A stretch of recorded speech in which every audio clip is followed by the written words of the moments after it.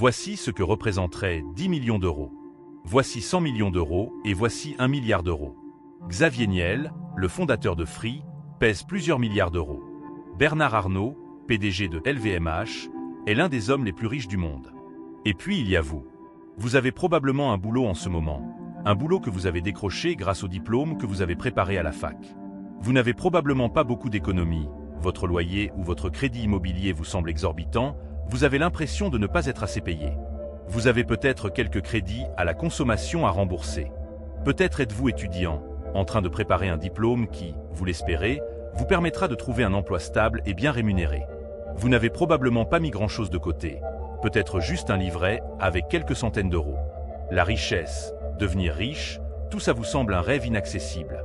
Comment ont-ils fait, vous vous demandez en voyant tous ces millionnaires, milliardaires, surtout ceux qui ont réussi si jeunes. Ça vous dépasse, ça vous énerve. Ils ont eu de la chance, ils sont nés avec une cuillère en argent dans la bouche, ils ont profité du système, ils ne méritent pas tout cet argent, et vous n'avez simplement pas eu les mêmes opportunités. Ces rêves que vous aviez d'acheter cet appartement, cette belle voiture, de ne plus être à découvert à la fin du mois, de faire le tour du monde, ils resteront à jamais ainsi, juste des rêves. Rien de plus, rien de moins. Vous arrivez à cette dure réalité. C'est un jeu truqué. C'est un jeu truqué depuis le début et vous êtes du mauvais côté. Mais si je vous disais que vous vous trompez? Et s'il existait un moyen d'y arriver, une véritable équation de la richesse, une science derrière la façon dont l'argent fonctionne? Et si vous n'aviez pas à renoncer à ces rêves de liberté financière ou de faire le tour du monde? Me prendriez-vous pour un menteur si je disais ça? Je vous promets que non, et à la fin de cette vidéo, vous comprendrez qu'il y a une face de la pièce qu'on ne vous montre pas. Mais je vous préviens, la route est difficile. Elle est semée d'embûches. Elle est faite de hauts et de bas. Il faudra accepter certaines vérités amères sur le système éducatif et la société qu'on ne vous a pas encore dites. Et que les choses soient claires, beaucoup d'entre vous n'iront pas au bout de cette route. Mais pour ceux qui le feront, au bout de cette route se trouve une richesse au-delà de ce que vous pensiez pouvoir atteindre. Au bout de cette route se trouve la liberté de ne plus jamais avoir à vous soucier de l'argent. Alors, vous êtes avec moi? Toujours là? Alors ne perdons plus de temps. Que pensez-vous vraiment de l'argent? Est-ce quelque chose pour lequel vous travaillez? Est-ce qu'on le gagne ou est-ce qu'on l'hérite? Est-ce la racine de tous les maux? Êtes-vous désespéré d'en avoir plus? L'avez-vous poursuivi pendant la majeure partie de votre vie? La vérité, c'est que la plupart de ce que vous pensez de l'argent a été influencé par votre éducation et votre environnement. Si vous êtes né dans une famille qui n'avait pas beaucoup d'argent quand vous étiez petit, alors vous êtes plus enclin à croire que vous non plus, vous n'aurez pas beaucoup d'argent en grandissant. Ou peut-être avez-vous pris la direction complètement opposée et avez décidé de gagner autant d'argent que possible afin de ne plus jamais vous retrouver dans cette situation. Le fait que votre école ne vous ait pas beaucoup appris sur ce sujet n'arrange rien. En France, on ne vous apprend pas à gérer l'argent, à investir ou à créer de la richesse. On vous apprend à être un bon employé. Et à cause de ça, la plupart d'entre vous vont avoir de fausses croyances sur l'argent qui ne vont pas vous aider dans ce parcours. Maintenant, restez concentrés parce qu'on va devoir changer la façon dont vous avez vu l'argent toute votre vie. Les médias ont toujours eu l'habitude de dépeindre les riches comme des individus maléfiques, profiteurs, arrogants ou corrompus. Et certes, certains le sont. Mais la question est, avez-vous rejeté en bloc toute forme de richesse à cause de quelques exemples négatifs? Une étude récente a montré que parmi les ultra-riches du monde, ceux qui avaient une valeur nette de 30 millions d'euros ou plus de 60% d'entre eux étaient des self-made men, partis de peu ou de rien. Xavier Niel, issu d'une famille modeste, a créé Free et révolutionné les télécoms en France. Moed Altrad, réfugié syrien, est devenu milliardaire en bâtissant son empire industriel à Montpellier. Ces personnes ont résolu des problèmes, créé de la valeur, et ont été récompensées pour cela. Qu'est-ce que ces gens savent que vous ne savez pas? La vérité, c'est que votre équation est complètement fausse. Voici l'équation simpliste qu'on vous a enseignée. Argent égale salaire gagné grâce à un emploi. Passé un certain point, la perspective d'obtenir un CDI devient le seul but de votre éducation. Alors qu'est-ce qui ne va pas avec ça? Vous demandez-vous? Je vais supposer que si vous regardez ça, vous voulez gagner de l'argent, beaucoup d'argent, et dans le moins de temps possible. Si c'est votre objectif, alors cette équation pour générer de l'argent ne vous y mènera jamais. Nous avons tous une ressource précieuse, la ressource la plus importante de toutes. Et une fois qu'elle est partie, il n'y a aucun moyen de la récupérer. Cette ressource, c'est le temps. Dans un emploi standard, la quantité d'argent que vous gagnez dépend de la quantité de temps que vous investissez dans cet emploi. Si vous gagnez 15 € de l'heure et travaillez 35 heures par semaine, il vous faudrait près de 36 ans pour atteindre un total des 1 million d'euros. Mais c'est sans soustraire les impôts, et en France, ils sont conséquents. Ni les charges sociales, ni les dépenses que vous aurez pendant 36 ans. Et n'oublions pas que l'inflation rendrait votre million d'euros moins précieux. La réalité, c'est qu'avec un salaire proche du SMIC, vous ne pouvez vraiment accumuler une richesse significative qu'à un âge très avancé en vivant très frugalement, et la majeure partie de cette précieuse ressource appelait tant à glisser entre vos doigts. Vous avez échangé tout ce temps contre de l'argent, et ce n'était même pas un montant substantiel.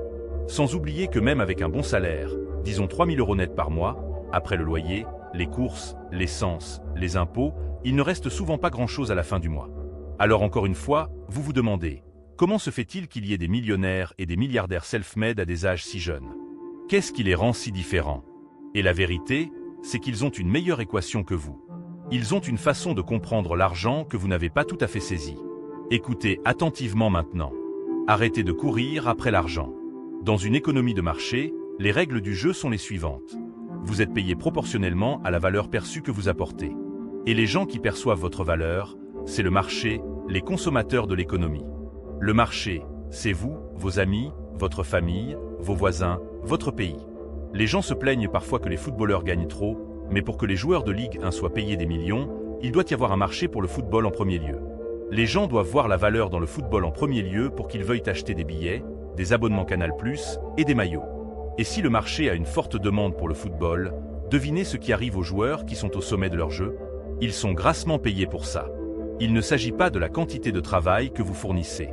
L'agent d'entretien qui se tue à la tâche tous les jours est bien moins payé que le développeur informatique derrière son écran. Pourquoi? Parce que le marché estime que le travail de l'agent d'entretien a beaucoup moins de valeur que celui du développeur. Aussi dur que ce soit à entendre, l'agent d'entretien est facilement remplaçable. Son travail n'est pas difficile à apprendre. Le marché ne le paiera donc jamais autant que le développeur qui a passé des années à se perfectionner et qui peut faire économiser ou gagner des milliers d'euros à son entreprise. Mais même avec ça, on vient de voir qu'avoir un emploi, même bien payé, n'est pas la solution pour amasser une fortune en un temps raisonnable. Alors, comment faire pour augmenter notre valeur perçue? Qu'est-ce que des gens comme Xavier Niel ou Marc Simoncini ont de plus qui rend leur valeur perçue si élevée? La première étape de cette équation de la richesse est assez simple. Si vous voulez de l'argent, résolvez des problèmes. Prenez une seconde pour y réfléchir et vous réaliserez que pratiquement tout l'argent provient de ce principe de base. Si quelque chose résout un problème, on y consacrera de l'argent. Si c'est un problème qui touche 1 million de personnes, la solution peut potentiellement vous rapporter des millions. Si c'est un problème qui touche des milliards de personnes, la solution peut potentiellement vous rapporter des milliards. Pensez à tous les problèmes que résout une plateforme comme Blablacar, le coût élevé des trajets, la solitude en voiture, l'impact écologique. Pensez à Vinted qui résout le problème du gaspillage vestimentaire et permet de vendre facilement ses vêtements. Ces entreprises ont résolu des problèmes concrets et ont été largement récompensées pour cela. Si vous avez couru après l'argent, vous vous y êtes mal pris. Ça peut paraître paradoxal, mais si vous voulez de l'argent, ce n'est pas l'argent qu'il faut chercher. Il faut chercher des problèmes et surtout, des solutions à ces problèmes. Et une fois que vous avez trouvé cette solution, créez une entreprise autour. Attendez, c'est tout? Il suffit de résoudre des problèmes et l'argent arrive? Donc, je dois créer le prochain Blablacar pour être riche? Ou le prochain Vinted? Vous plaisantez, là. Je ne sais même pas coder. Je n'ai même pas les moyens de lancer un truc de cette envergure. En plus, en France, c'est galère de créer une entreprise avec toutes les charges et la paperasse. Je n'ai même. Attendez. Vous retombez dans vos vieux schémas de pensée. Commencez par un problème. Commencez toujours par un problème. Et oui, créer une entreprise en France a ses défis spécifiques. Les charges sociales, la fiscalité, l'administration, mais ces obstacles ne sont pas insurmontables. Des milliers de Français créent leur entreprise chaque année, certains en tant qu'auto-entrepreneurs, d'autres en SARL ou SAS. Écoutez le marché autour de vous. De quoi les gens se plaignent-ils? Qu'est-ce que les gens aimeraient voir exister? Qu'est-ce qui frustre les gens au quotidien? Qu'est-ce que les gens trouvent incroyablement compliqué ou pénible? Est-ce un problème que vous pouvez résoudre? Et aussi, est-ce un problème qui vaut la peine d'être résolu? Est-ce qu'il y a suffisamment de gens prêts à payer pour cette solution? L'étape finale de cette équation de la richesse est de trouver une solution évolutive au problème. Votre solution doit pouvoir toucher un maximum de personnes. Ouvrir un restaurant, ce n'est pas évolutif. Vous êtes limité à la zone géographique et à la fréquentation de cette zone. Mais une franchise, là, c'est plus évolutif. Votre solution est-elle un logiciel ou une application? Alors ça veut dire qu'une fois le logiciel développé, vous pouvez potentiellement l'étendre à toute la France, voire l'Europe, sans avoir à vous soucier de coûts de production physique, car tout se fait virtuellement. Bonne chance pour atteindre cette croissance exponentielle avec un simple emploi salarié. Mais attention, votre solution nécessite-t-elle votre temps pour générer de l'argent? Disons que vous êtes coach sportif et que vous facturez 60 € de l'heure. Félicitations, vous venez de vous créer un autre emploi déguisé en entreprise. Il n'y a qu'un certain nombre de séances que vous pouvez raisonnablement faire dans une journée. Votre revenu est donc lié au temps. Mais si vous créez un programme de coaching en ligne avec des vidéos et un suivi automatisé qui fonctionne 24H, 24 et 7J, 7, là, c'est évolutif. La scalabilité de votre solution est cruciale ici. Alors ne vous trompez pas. L'automatisation joue aussi un rôle important. Les systèmes et les processus maintiendront votre entreprise en marche comme une machine bien huilée s'ils sont correctement mis en œuvre. S'il y a quelque chose dans votre entreprise que vous pouvez externaliser à quelqu'un d'autre ou embaucher un freelance pour le faire, en supposant que ce soit financièrement viable, faites-le. Vouloir tout faire vous-même est une mauvaise idée, même si vous pensez être le meilleur. Il y a toujours quelqu'un qui peut faire un meilleur travail que vous. Une fois que vous avez trouvé une solution, votre travail consiste à vous assurer qu'elle est accessible à tout le monde sur votre marché. Ce n'est pas une question d'ego et ce n'est pas une question de ce qui vous passionne. Le marché se fiche de vos passions, il veut des solutions à ces problèmes. Maintenant que vous avez votre entreprise rentable qui fonctionne avec les bons systèmes et processus en place, il est temps de passer à autre chose et de récolter les fruits de votre travail. Il y a deux options probables qui s'offrent à vous à ce stade. Soit vous continuez à développer votre entreprise, soit vous encaissez et vous vendez. C'est le rachat. Le moment où quelqu'un achète la solution autour de laquelle vous avez passé des années à bâtir une entreprise. C'est Mythic racheté pour plusieurs centaines de millions. C'est Dailymotion, c'est Criteo, c'est Price Minister.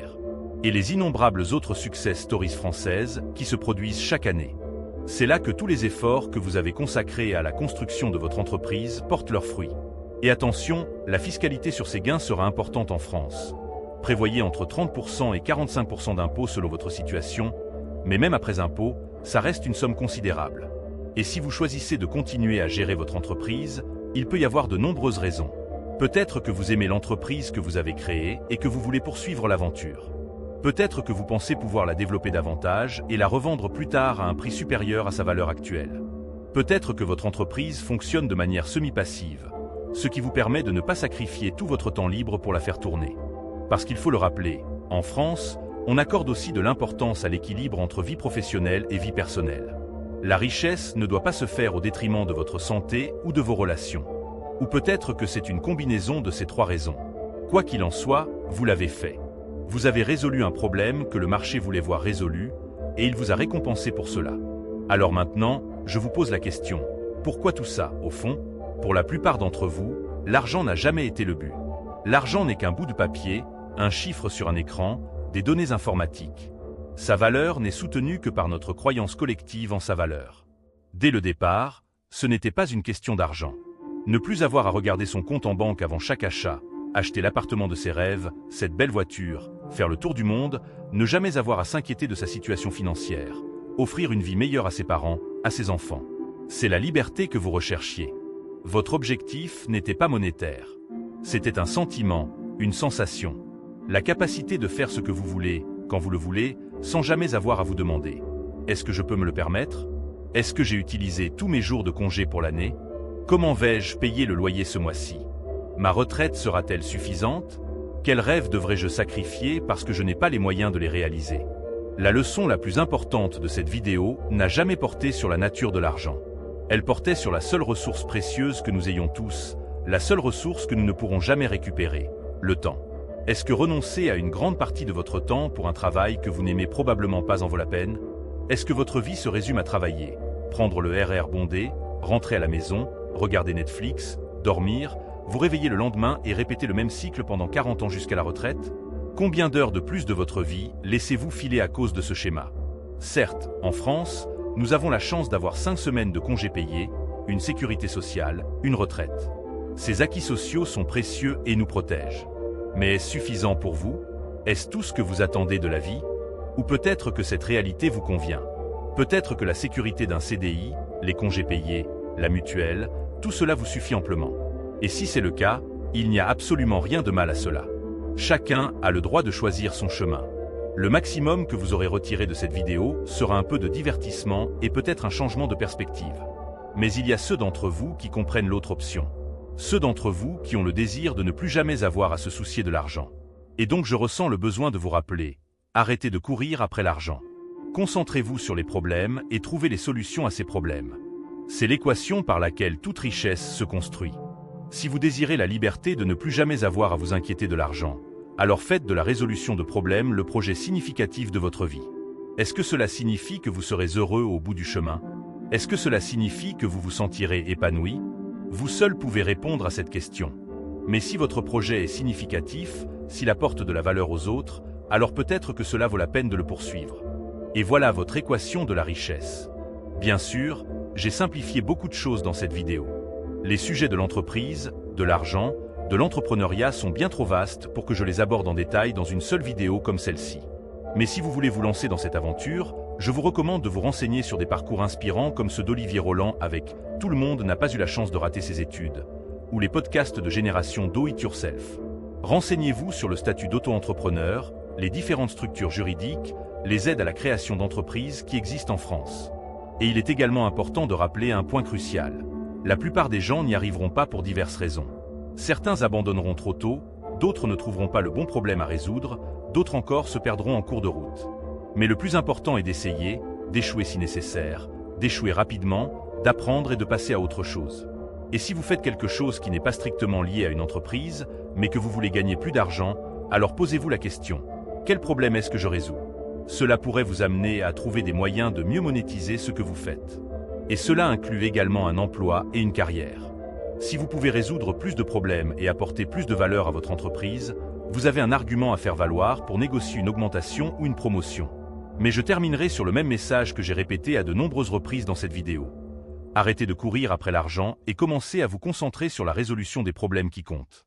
Et vous êtes arrivé à la fin de la vidéo et je vous remercie infiniment de l'avoir regardée, mais ne cliquez pas encore. Je veux prendre le temps de vous remercier sincèrement d'avoir regardé jusqu'au bout. Ces vidéos demandent énormément de temps en recherche, rédaction, tournage et montage. Donc vous ne pouvez pas imaginer à quel point j'apprécie vraiment votre soutien.